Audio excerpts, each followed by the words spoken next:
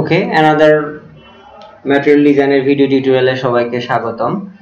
এখন আমরা যে বিষয়টি শিখব সেটি হচ্ছে আগের ক্লাসে যে কথাটি বলেছিলাম যে মাল্টিপল টেক্সট ফিল্ডকে কিভাবে একবার ইনস্ট্যান্সিয়েট করার মাধ্যমে আমরা এই ইফেক্টগুলো দেখতে পারবো, রাইট? দেখেন এখন কিন্তু ইফেক্টটি দেখা যাচ্ছে, রাইট? সো এটি করার জন্য আমরা যেটি করেছি সেটি হচ্ছে এই কোডটুকু আমরা লিখেছি।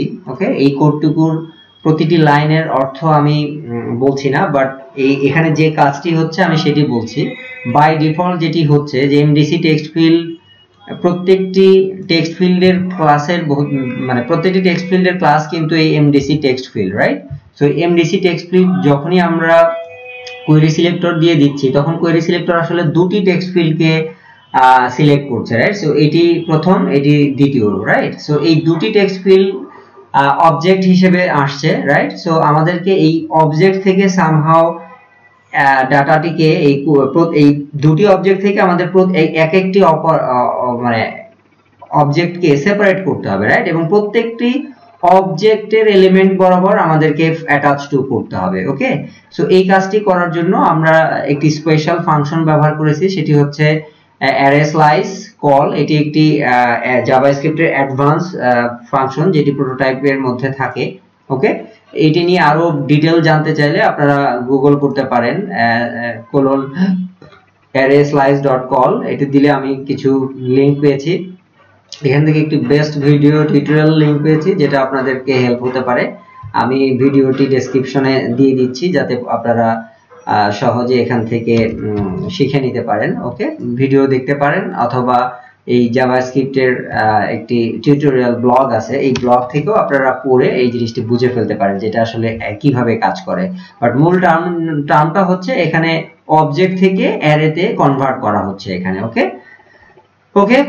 অ্যারে অবজেক্ট থেকে অ্যারেতে কনভার্ট করার পর আমরা প্রত্যেকটি অ্যারের ফর ইচ লুপের মাধ্যমে আমরা প্রত্যেকটি অবজেক্ট এলিমেন্টকে নিয়ে নিচ্ছি। নেওয়ার পরে আমরা ঠিক আগের মতোই আমরা অ্যাটাচ টু করে দিচ্ছি এমডিসি টেক্সট ফিল্ডের মধ্যে। ওকে, তো এখন যেহেতু আমরা এখানেই প্রতিটি অবজেক্টকে অ্যাটাচ করে দিচ্ছি সেহেতু আগের ইনস্ট্যান্সিয়েশনের আর প্রয়োজন নেই। ওকে, এখন এই পরেরটি দিয়েও আমরা প্রত্যেকটি টেক্সট ফিল্ড কাজ করবে, রাইট? সি দেখেন এটি আউটলাইন এবং এটি ফিল্ড এবং এটি দুটি চমৎকারভাবে কাজ করছে।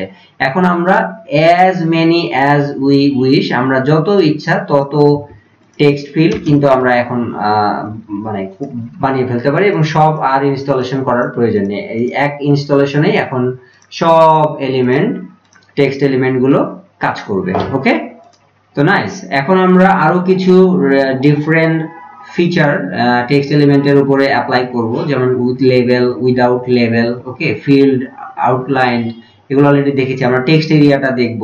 টেক্সট এরিয়াটা এখান থেকে কপি করছি, এরপর টেক্সট এরিয়া পেস্ট করছি, আমরা আমাদের পেজে গিয়ে রিফ্রেশ দিচ্ছি। দেখেন টেক্সট এরিয়াটাও আমরা বাই ডিফল্ট এখানে দেখতে পাচ্ছি, রাইট? ওকে, আরো কিছু লেআউট দেখব, আরো কিছু ফিচার আমরা দেখতে পারি। Okay, text field with helper text field with character counter, right? So character কাউন্টারটা কি আমরা এখান থেকে কপি করে নিয়ে এখানে যদি পেস্ট করি, সেভ দিব, ব্রাউজারে গিয়ে রিফ্রেশ। ওকে, আমি এই পেজগুলোকে বন্ধ করে দিচ্ছি, এগুলোর প্রয়োজন নেই। দেখেন টেক্সট কাউন্টার, সরি এখানে এনাফ স্পেস না থাকার কারণে আমরা এটিকে রিমুভ করে দিচ্ছি, এটির আর প্রয়োজন নেই। ওকে, আমরা কোনো কিছু ভুল করেছি, right? With character counter, oh sorry এটা। ওকে, আমরা এটাকে সেভ করে দিচ্ছি, ফ্রেশ। সি এখন বাই ডিফল্ট দেখেন এখানে 140টা ক্যারেক্টার আছে। আপনি যখন একটু টাইপ করছেন তখন এই কাউন্টারটা কিন্তু বেড়ে যাচ্ছে, রাইট? সো এটি খুব নাইস একটা ফিচার। আমাদের ওয়েব অ্যাপ্লিকেশনের রিকোয়ারমেন্টস অনুযায়ী আমরা এগুলোকে ব্যবহার করতে পারি। ওকে, আরো কিছু আছে কিনা দেখি। আমরা ভ্যালিডেশন করতে পারি। ভ্যালিডেশন করার জন্য আমরা রিকোয়ার্ড কিওয়ার্ডটিকে ব্যবহার করব। রিকোয়ার্ড কিওয়ার্ডটি আমরা যে কোনো একটি ইনপুট এলিমেন্টের ভেতরে গিয়ে আমরা এই ইনপুট ট্যাগের ভিতর বসিয়ে দিলেই কাজ করবে। প্রথম যেটি ইওর নেম ফিল্ডটি এখন যদি আপনি ফাঁকা রাখেন, টাইপ করলে কোনো এরর দিবে না, মানে কোনো কালার চেঞ্জ হবে না, বাট যদি ফাঁকা রেখে নেক্সটে যান তাহলে কিন্তু দেখেন লাল কালার হয়ে যাচ্ছে, রেড কালার হয়ে যাচ্ছে, বিকজ এখানে একটা এরর আছে, এরর কন্টেইনস, রাইট? সো এটি বোঝানোর জন্যই মূলত আমরা রিকোয়ার্ড ফিল্ডটি দিয়েছি। তো এরকম আরো অনেক ফিচার আছে, এগুলো আপনারা এক্সপ্লোর করতে পারেন, যেমন মিনিমাম লেন্থ 8 দিলে এখানে 8টি ক্যারেক্টার না লিখলে আপনার এররটি যাবে না, এটাই আর কি।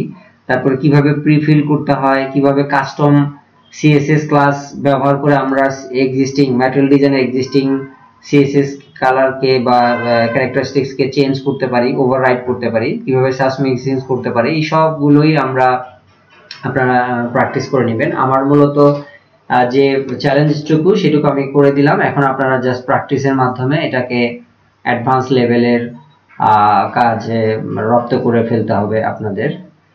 তো এই হচ্ছে এমডিসি টেক্সট ফিল্ড। এর পরবর্তী ক্লাসে আমরা দেখাবো এই এমডিসি টেক্সট ফিল্ড ব্যবহার করে কিভাবে আমরা একটি নাইস ফর্ম বিল্ড করতে পারি, সেটি আমরা দেখাবো। তো পরবর্তী ক্লাসের আমন্ত্রণ জানিয়ে ধন্যবাদ, আজকে এখানে রাখছি। আসসালামু আলাইকুম।